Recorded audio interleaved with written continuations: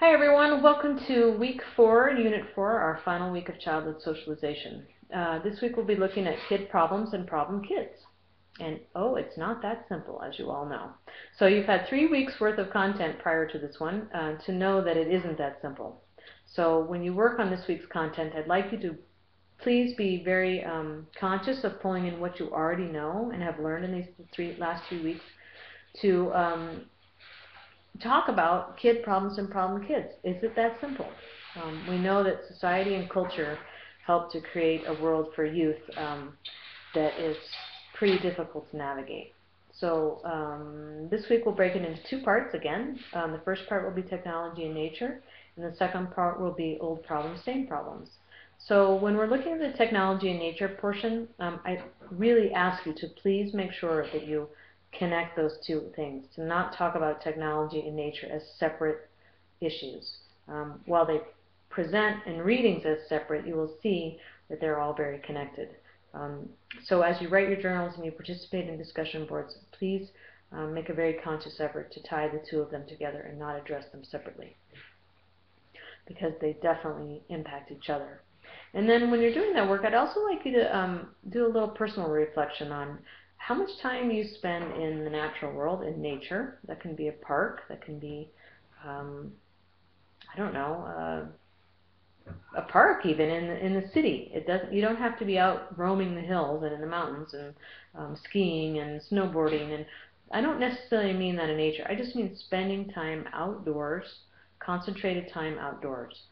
How much do you do that now, and how much did you used to do that as a child?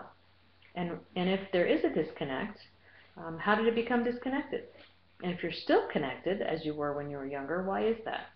So I'd like you to think about both of those things, your personal experience with nature and then putting technology and nature together. The second piece we'll be looking at same problems, new problems, old problems, same problems for youth, particularly youth of color.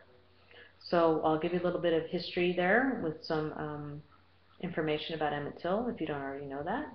And then you can apply it to what we know are problems for youth of color today in our society. So a little history, a little connection there too. And then also looking at female youth issues, which we don't talk about very often in these contexts. I mean, teen pregnancy is definitely something that we're aware of, but we don't necessarily tie it to bigger social issues like poverty. And that's what we'll be talking about and reading about this first part. And then the second part will be examining youth issues for females in terms of incarceration. We talk a lot about male youth incarceration, but we talk very often about female youth incarceration. So, I don't know, keep your thinking caps on, making lots of connections.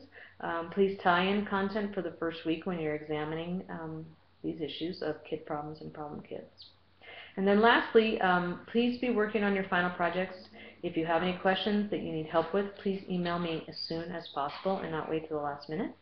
I'll do my best to answer the last minute questions, but when they all come in at once, it makes it pretty hard. So if you know you're running into issues or you have any concerns, please email me now. Otherwise, have a great week, and I look forward to reading your journals and discussion boards for this week. Thanks. Have a great week.